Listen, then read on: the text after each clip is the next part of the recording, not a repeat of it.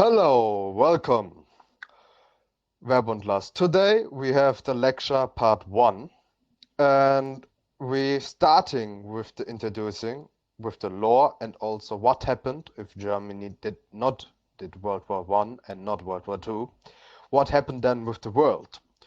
For that, we will first start with the introducing in the old world, that everybody can understand how was the world in the old times, how was the economy, what was important, and how Germany stand.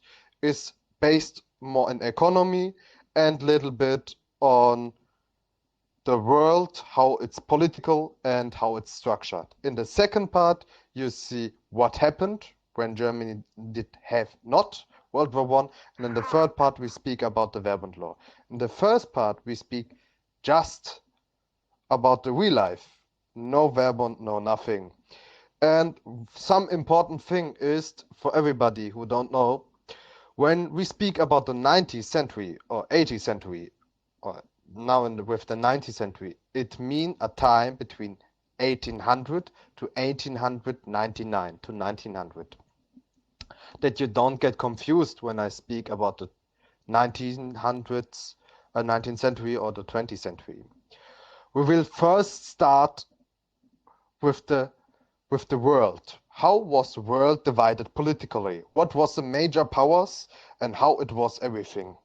And for that we have the map. Everybody can see now here the major powers of Europe. They're also very important for the rest of the world because Europe have in this time 70% of the landmass. We see here in orange Germany, in green Russia, in purple the Ottoman Empire, in dark green Austria Hungary, France in red, and England, UK in yellow.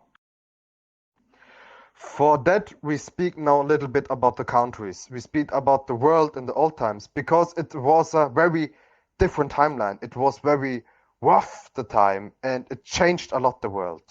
The 1800s begin with the Industrial Revolution. It was a big thing, electricity, machines, mass production, and everything like that make the life very different. Old empires fall, new empires rise up. And for that, we now changed the photo. Good. Now we speak about the major countries, about the world and what changed it. For that, we have someone who helped, Dr. Chickenwing, who will show what country we are speaking. We begin first with the biggest country of the world in this time, and also the strongest. It's not Russia, it's the UK. The UK is here in red, and you can see that the UK controlled a lot of stuff. The Industrial Revolution started in the 1800s, around about in the 1800s in UK, and the UK expand very fast. The population grow in London from 1 million people to 11 million people in 20 years, 30 years. The UK have control about India, Australia, most parts of Africa, Canada, and also New Zealand, Soviet areas like Singapore, Malaysia, and the rest. The UK was everywhere. English was the dominant language like today, but the crown and the queen and the kingdom controlled so much of the world, 40% of the world, that you never came around about the UK. UK was one of the major powers, or the majorest power on the world, the superpower of the world. Now we change to the second country. It's Russia in green. Russia have a complicated history with the Tsar. The Russian Empire, the Tsar, was one of the richest people of the world. It was one of the strongest empires. A lot of population in the heart of Europe and Asia, and also big future options, but the Russian Empire was so effective, so fast in this Industrial Revolution. The mass production, go from farmers to workers, was so important for countries that they must make this step. But Russia fall in that step. It was too slow. It don't can deliver fast enough, and that have complications. The Russian Empire was in his peak, was the biggest empire of the world with the richest person, but slowly the Russians have problems, political, inside and also outside. They had a war against Japan, but they lost it. It was a hard time for the Russian people and the Russian Empire, and because of that, the Russian had in the future a civil war. We go next to the country. It is China, the Qing dynasty. Qing dynasty, here in yellow, was one of the biggest trade markets on the world. It was so important for every country in the world. 300 million people, but they only trade with silver. China was the heart of the world. One empire who's longer than 1,000 years old. But this empire have so much political problems, so much problems in the inside, that little bit after that, in the end of the 19th century, China collapsed in different countries, in 8 to 12 warlords, and it was a 30 years war against each other, who is the now biggest control of China. Also, they had a war with this neighbor, Japan, here in red. The Industrial Revolution in China was slow, but in Japan it was very fast. Japan delivered very fast and copied the European system. Japan is slowly but coming to the major powers of Asia. Their win against Russia made the Japanese people very proud. And also the win against China made the people very proud. Japan was a continent who was hungry for more places and to go from his small island and expand. That is something for the future, and Japan will show his strength in the future and how they could copy the European system and make this own system of that. We go now to the Ottoman Empire, here in orange, in the middle of Asia and Europe, in the middle of the Middle East, the control of the Middle East. You can see it in orange. It's from today Turkey to down to Egypt, going to the Middle East and going to Persia. And the Ottoman Empire was one of the biggest countries in the old times. It was the holder of the important water canals on the world and one of the important trading places. But the Ottomans have rough times. 500 years there was one of the biggest countries in Europe, and they make it to the doors of ruin to Austria, but they lost it after that. After that, the empire was slowly falling.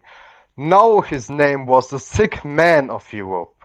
It was just a shadow from his old times, and the Ottomans don't make it to the next century. They have too much problems. But without World War I and World War II, it can be changed. And the best thing in these areas was an oil, what was not discovered. We're now changing to Italy. Was a small country, but also the industrialization and the king was going stronger. And in the future, Italy will be a big major power of Europe, but not the biggest. It's smaller than Austria Hungary, next to Italy, smaller than Germany and France, but it have a lot of potential, and the people of Italy are proud because the history. We go to Austria Hungary, to the Balkan federations. Area who have a lot of problems, same problems also with the Ottomans. The Balkan and the Middle East is an area where a lot of problems is inside. They have very different problems. The people are revolting very fast, the people are not same, and they don't like each other. And that's make in one state it's very hard. You can imagine America with 50 states, but every state hate each other and had like 20 or 30 wars in the past. who was very brutal, with different languages and different culture. That is a boiling place, and Austria Hungary and the Ottomans have these problems and don't can fix it. Inside, not in the inside, they are not stable, and from the outside, a lot of pressure is coming. Because of that, it's also a lot of revolts. We go now to Germany in blue, the major power who was growing very fast. Germany was in for 50 years in the 1870s was Germany just an area with 20 or 25 different countries, and Germany have different areas not controlled in one big country, what you can see. And the Germans grow very fast. They make it a name in the world, and in the future the Germans will show what they can do with the world, how strong they are. And there is the next biggest enemy from UK, Germany, in this time. Because Germany had a lot of potential. We go to French. French is also very big. French controlled a lot of stuff in Africa, the west of Africa. They controlled Vietnam and also parts in different areas of the world. The French lived from the colonialisms like the UK, and they lived also from the people. The people in French was very strong in itself, and French was coming from a hard, better gesagt, from a strong time in a hard time. Napoleon began with his empire in the roundabout 1820s, 1750s. In this area, Napoleon was very on this place in Europe and changed Europe a lot. Napoleon was changed the European places and changed also the place of French. French was one of the major countries. Now we go to the last major country. In the west, on his small continent, how I will say, it's United States of America. United States was a country who was isolated from the rest of the world. With no war, with nothing, United States will just stay in his position. But United States have a lot of potential. They have a big population that was producing 20 to 25% of every consumer goods of the world, and it was very rich. It have a lot of potential, but it was also very alone in his place on the world. Just South America and North America, far away from Europe and Asia, where was the main important areas of the world, with Africa together. Now we go to the next topic, and we speak it about every major nation. Thank you, Dr. Chicken Wing. And we speak about the history of Germany. Not so long, just 2 minutes. To understand, Germany, what you can see, was a place with, in the old times, after the Holy Roman Empire, with 300 countries. After that, Germany had just 70 countries. It was a lot of different countries, a lot of big feudal states, but under the person from Otto from Bismarck in the 1870s, 1871, Germany win against France, and with that win, the German Reich began. The German Reich was very big, very strong, and had a lot of potential. This photo is after the Napoleon Wars. You can see how divided it is. See, like the south have one or big areas. You see Preußen in blue, and you see also Saxon in orange. But it's also with a lot of small countries. After the war and the win against France, you will see how big Germany got from that. In blue, you see how Germany and under Preußen hand was growing, and with that growth, with that population, and with that big competition from Germany, and with that big potential, Germany growed and made it one of the best economies on the world, with the best armies. And for his surprise, for everybody, have the potential to grower and going bigger than the UK. For that, we will see it now in details, the German economy and the German people. What there was a big difference against everybody. And we will also speak first about the industry of the old times. Because the industry was different. Today, everybody knows very important stuff in the economy is something like smartphone, technologic industry, or maybe pharma industry. But most it's technologic. Smartphones, cars, also tablets, computers are very important for our world today. It's the important industry of the world. Nothing is without that. Electricity is also very important. But in the beginning of the 1800s and also the beginning of the 1900s, it was very different. You see a little bit here what was important. You see trains. The trains was one of the important stuff in the old times. It was important for the economy. It was the car of the old times. But later also cars, steel fabrics, chemistry and banks. That was the new economy of the world, also with farms. And for that, we will first see a steelwork. Steel fabrics was so important because everything was relied on steel. Steel was the major heart of every industry. Without steel and without trains, every country can start the industrial revolution with coal together. Coal was also very important. That was the cheapest and the only electrical resource what the persons and the humanity have it in this time. Because of that, it was so important. And Germany was one of the biggest steel producer and coal producer on the world in the European heart. And there was pretty developed in these areas. For that, we will also see what also very important was, and it was heavy machines, mass production machines. It's hard to make clothes, steel or something else just with your own hands. It's not easy for workers. It need a lot of days. It need a lot of works. But these machines like me, if behind me, or other machines, make that everything really easy. From 2 to 5 clothes a day, what a worker did in the best time, now they can make it 20 for the same price, just because of the machines and the mass production.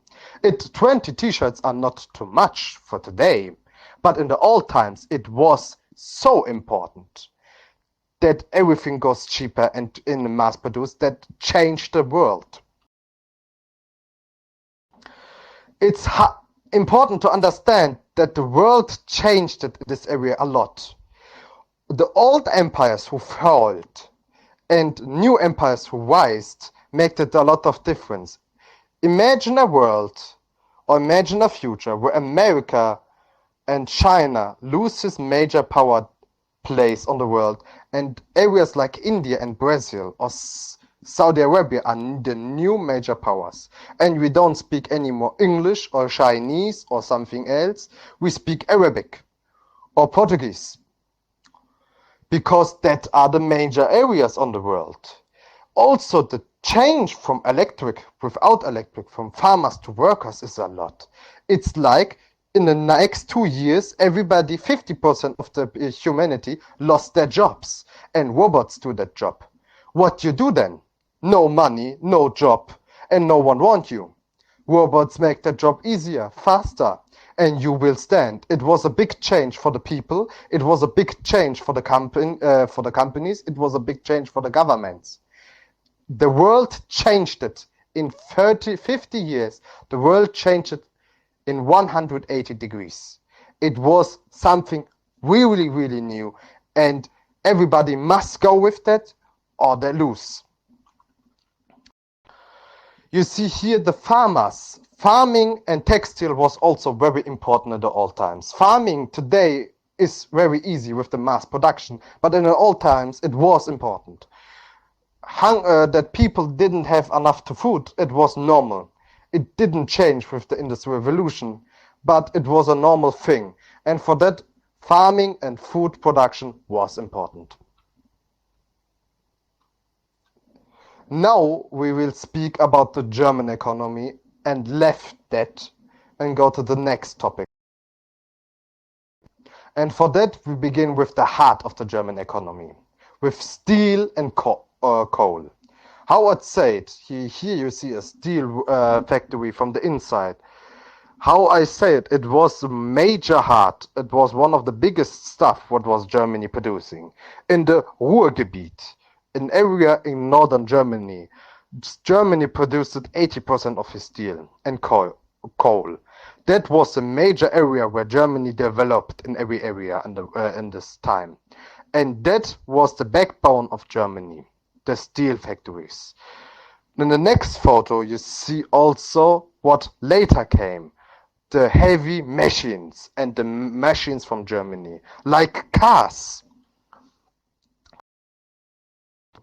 And cars and airplanes, so also with other mass production machines, was also something what was Germany known.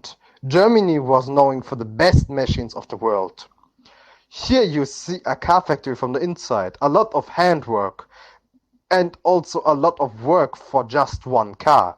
But it was necessary, and that was the biggest step in humanity in this time. The German monarchy was thinking that cars is something just for the next 10-20 years and horses are more important. But the time will show that these cars and the mass production machines make it a German name. And later we speak also about the German name in the outside of the world, made in Germany, what was so important. In the next photo, you see the second third heart of the German biggest industry: steel, coal, cars, and chemistry. Chemistry was also very important. Germany was the best nation in the world for chemistry. The plastic, medicaments, and different stuff was coming from Germany. Germany was a mass producer of drugs, medicaments, plastic, synthetic oil, and else. And for that, the Germans wasn't with the name. And that's also very interesting to see how big these distillations areas are, the fabrics, to the small people in the front. And how much work the company and the nation must put to make these fabrics. For that, we will see one of the biggest and important thing of the German industry, the workers. The workers here for a steel factory. These workers was so important for Germany because they did it a lot. Germany have 70 to 80 hours weeks. Person worked it 70 to 80 hours every day, 12 to 13 hours a day, just for $2 to $5 in a day. It is nothing, and it's hard work in a coal mine on the steel factory. And the people was very, very sad about it and very angry. It was not enough for bread, it was not enough for clothes. The people lived in very poor situations, and you will see that these people made it a lot. Germany was the first country who started with education. Education was very important. In the late 18th century, Germany started to educate also farmers and people from poor situation. Everybody in Germany must know English, German, mathematics, and else. Because of that, Germany was known for the language in the science. The German language was the science language. Germany was not known just for his heavy machines, for his cars, also for its knowledge, for his science. Germany was the science area. People learned in the small times, when there was in a childhood, in schools, how they learn the basics. And with the basic, it starts a new revolution of workers who are known a lot, who can work a lot, and who can live with that. And this workers was important for the fabrics. It was not farmers, it was persons who understood their job and who improved the machines. These workers also helped it with the government to grow the German economy. Germany didn't make the faults of England or France in the beginning of the Industrial Revolution. They learned about the faults. They make it a different, that they don't make the same faults again. Here you see a German workers' family home. It's very small when you think about it. We have also other picture what you can see, but in this area most of the time 2 to 5 people were sleeping. That was a normal pause area for every person. And also Germany's workers was very hard times. You worked it a lot, you didn't get money, and because of that, Otto von Bismarck introduced in the late 19th century the free healthcare system. Germany was the first country who had the free healthcare just for the workers, that they don't rebel and don't make revolutions. For that,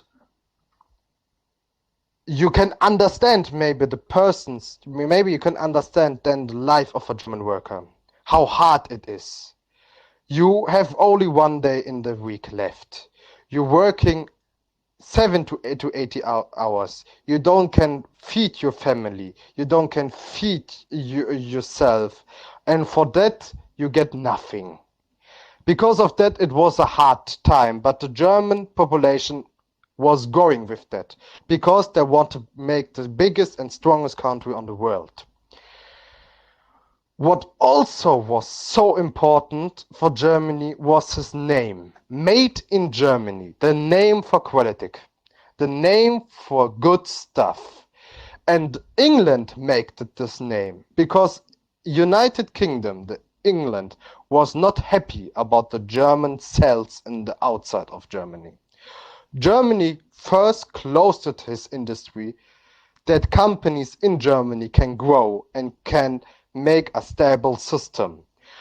Products from outside was heavily expensiver than the German products. With that and subventions from the German government in different areas and with the quality of the workers, Germany's economy was growing and growing, and the Germans make it stabilize big companies, and these companies make it then the biggest products, the cars, the heavy machine, the chemical stuff, and that was then the exporter. Germany was an export country who exported everywhere. It don't imported so much how they exported, and because of the scariness of that, UK had a great idea how we make that how that make that people buy our products, not the Germans. Every nation must say where is the product coming. Because of that, we have the label Made in Germany. But Made in Germany made it even worse for UK. Because then everybody wanted the German products. The good products, not the bad products. And to understand the label Made in Germany, it's important to understand that quality and good stuff was so important in the old times. You wanted machines who worked it more than 20 years. It was most of the time your first machine. You put all your money in that, and when it don't work, you was gone. You get very fast bankrupt. Because of that, the label made it so important. We speak it now about the German company, about the German industry. We speak it about the German people. The difference. Now we'll go to the big German companies, and we will start with Krupp. Krupp was the mass and the important steel factory, the company who made it the most important steel factories and the steel for Germany. Many people know it also for other reasons. Krupp also worked it with Rheinmetall and different arms companies. Krupp was big and important in the steel area. Without Krupp, you didn't have the steel. And because of that, it is one of the major companies. Also BASF.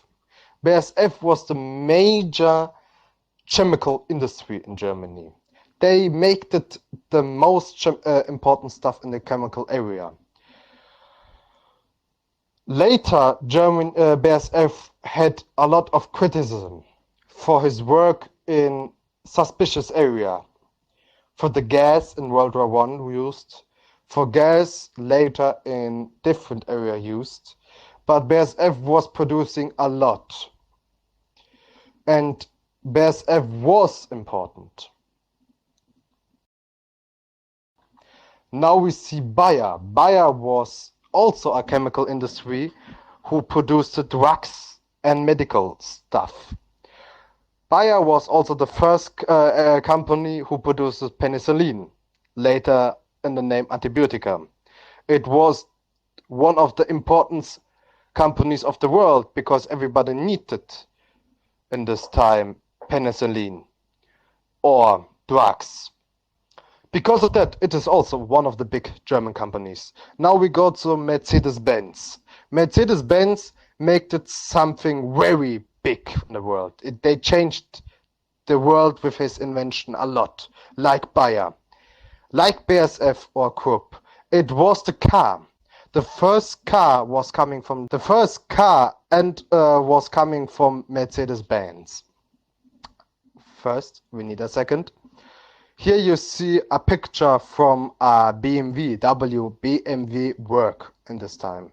But BMW was also very important. BMW, today known for his cars, was producing in the old times airplanes.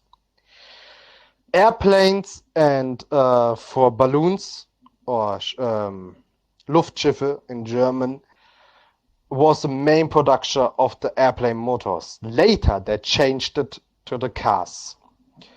It's very interesting to see how airplane factories looked at from the inside, because it was handwork. It was not everything from machines. And to understand what happened in this time, it's easy to say Germany grew a lot. They built a big economy area in the world. They was confident and the German people was hungry for more. Germany had a strong position, and the elites of Germany, also the monarchy and the company, wanted more. Not a strong position on the world, they wanted the world. And with lot of money, confidence and knowledge, people started to investing in arms.